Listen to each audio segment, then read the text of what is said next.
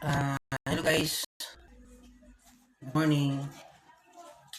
Meron lang akong share sa inyo about sa update sa paano magkuha ng ah, permit, travel permit para sa mga manok na panlaban. Step by step tayo guys, kung paano tayo magsimula at kung ano ang dapat gawin. Ang mga pinakaunang dapat nyong gawin guys is kailangan nyo pa rin na i-secure yung mga manok nyo. Kailangan po sila healthy. Kailangan din po silang parang pinapriming nyo din bago nyo sila talaga idala doon sa pagkuhaan ng permit.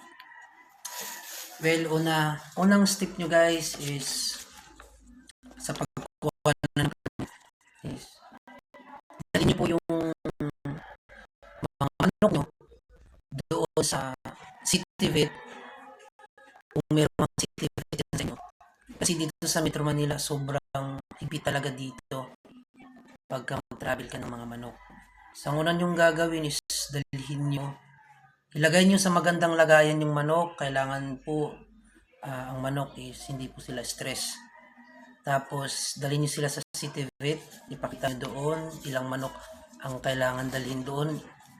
Doon nyo malalaman at saka doon din nila sasabihin sa inyo kung ano ang susunod na hakbang.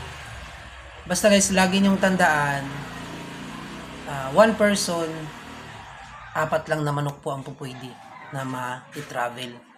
Pero kung more than naman po 4, mas maganda gawin nyo na lang sila by 4. Kung isa lang magdadala, maghahanap po kayo ng isang taong pwede nyong gamitin para may pangalan sa kanya ang travel permit.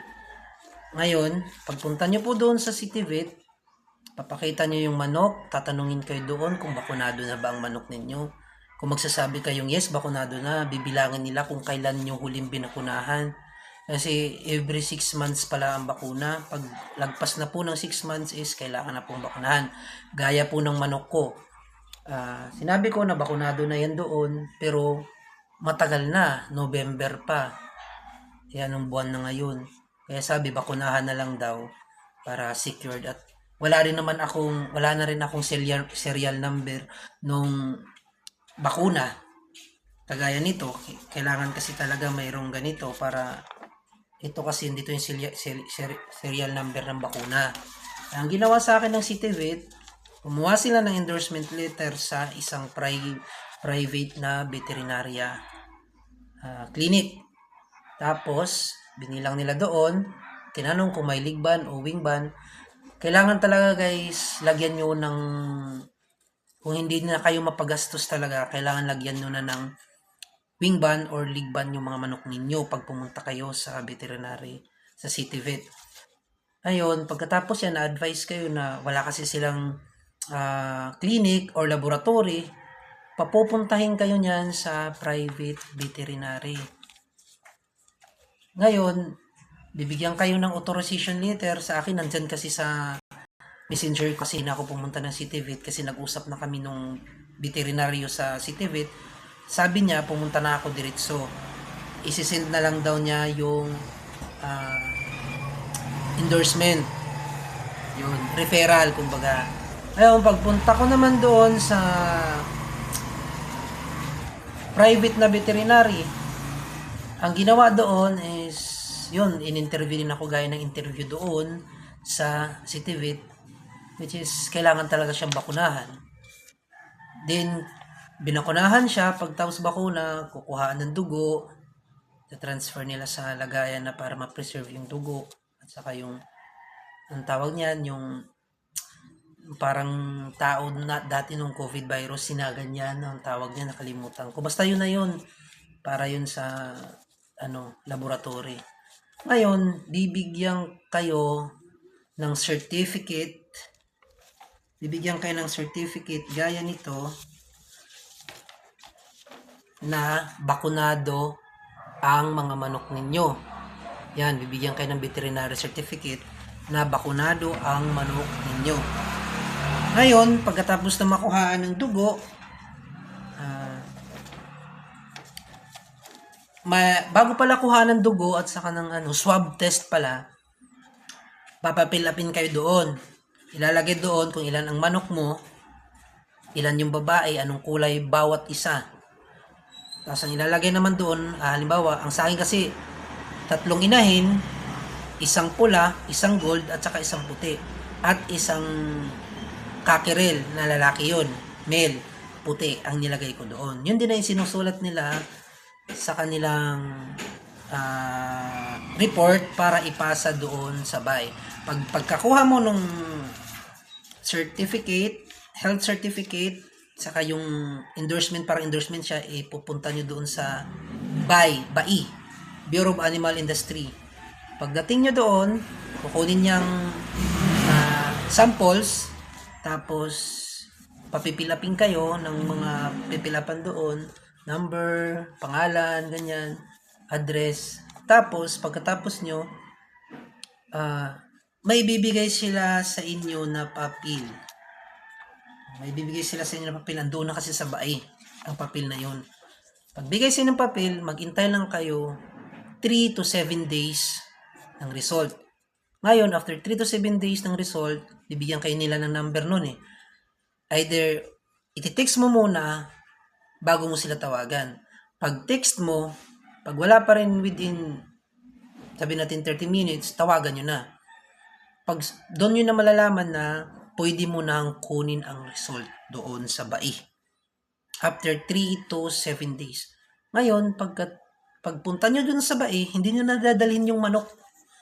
Hindi nyo na kasi ang quarantine, ibig sabihin ng quarantine pala. Dito nyo na i-quarantine dyan sa inyo. Ilayo nyo doon sa mga ibang manok kasi nakabakuna yan, baka makahawa. Ngayon, pagdating doon, pagpunta ko doon sa BAI, Bureau of Animal Industry, kinuha ko doon mismo sa lab yung result at ipinunta ko dito sa Bureau of Animal Industries. Saan ba yun? Meron silang pinapuntahan. Pinapunta ako doon sa office nila, basta sa BAI din yun. Ang ginawa naman doon, binigyan ako nila ng ganito. Yan. Binigyan ako nila ng ganito. Pagkatapos nito, ito yung babasahin ko sa inyo guys. Dear Dr. Rosales, please be informed that the 4 serum collected last May 4, 2026 from chicken owned by Mr. Aljon Lisayan with address Barangay 180, Caloocan City North and submitted to the Bureau of Animal Industry. Ang ibig sabihin nito guys is have been tested and found to be negative for avian influenza virus. Antibody detection. Ayan. Yan po.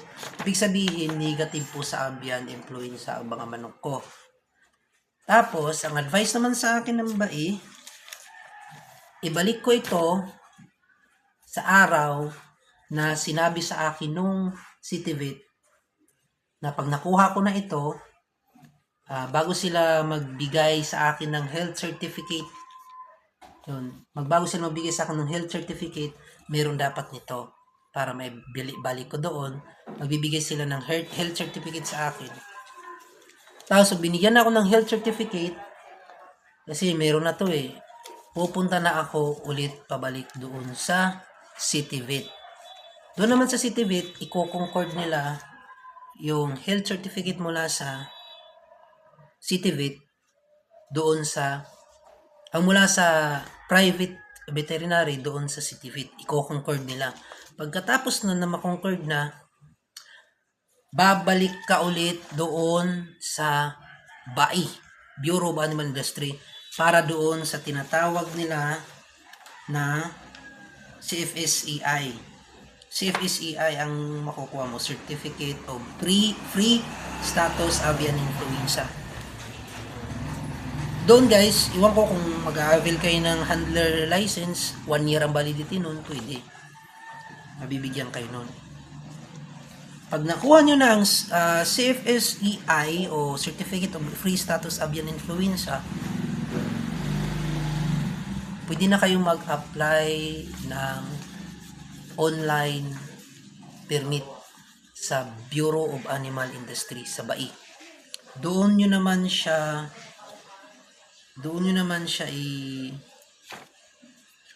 i-a-apply sa mag-a-apply kayo sa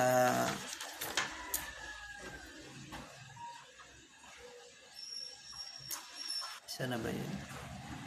Nakalimutan. Basta yung ina-apply sa online, ano nga ba yung tawag? NS Buki, NS, basta meron yun, NS QD ba yun? Doon kayo mag-a-apply para sa permit. Tapos, intayin nyo, hindi ko kung mabilis ba yun kasi ngayon lang ako magkukuha kasi 22 nang alis ko eh.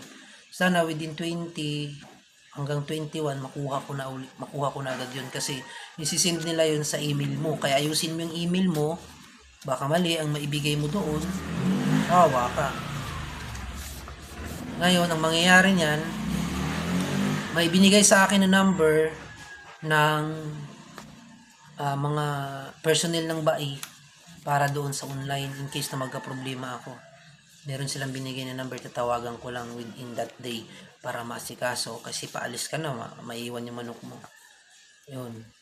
Matapos nun, hintayin mo na lang yung nila. Isisend nila sa email mo na kung pwede ka bang magbiyahe o hindi. Yun lang. Uwi ka na. Yun lang ngayon ang bagong process ng pagkuha. Maraming process. Talagang, tapos para sa magtatanong kung magkano ang ginastos ko, bukod sa pamasahe, 2-3 ang ginastos ko doon. Doon sa doon pa lamang sa private veterinary. Wala pa po yun doon sa city vet. Huwag ko kung may bayad pa yun. Sigurado ako may bayad yun per manok. Siguro nasa mga 50 ang isa or 100 ang isa, hindi ko pa alam. Basta pagpunta doon malalaman ko kasi hindi pa ako pumunta doon. Bukas pa ako pupunta. 20 ang schedule ko para sa private vet. Pag nakuha ko yun, pupunta na diretso na agad ako doon sa city vet. Bukas ko pa malalaman kung magkano naman ang babayaran ko doon. Basta nakapagbitaw na ako ng 2-3. Tapos kung kasama ang pamasahe, siguro almost 2.8 na ang nagastos ko. 2.8 ang nagastos ko sa manok, sa permit. Kaya kayong mga barat na mga buyer, huwag niyong basta-bastahin na 1.5 lang yung bili nyo sa mga manok na yan dahil hindi madali at basta-basta pinagdadaanan namin mga breeder. Maya naman kayo sa kapal ng wallet nyo tapos magtatawad pa kayo ng 1.5. Siguro sa mga deserving lang mabigyan nun kapag kami nakakita na walang-wala, gusto magkamanok, yun. Pero yung kayo naman na gusto nyo ng maganda, kayo naman marunong pumili ng magandang manok, bakit tumawad? Hindi basta-basta maging breeder. Yan lang po. Thank you. Salamat. Sa mga ka-junokis ko dyan. God bless.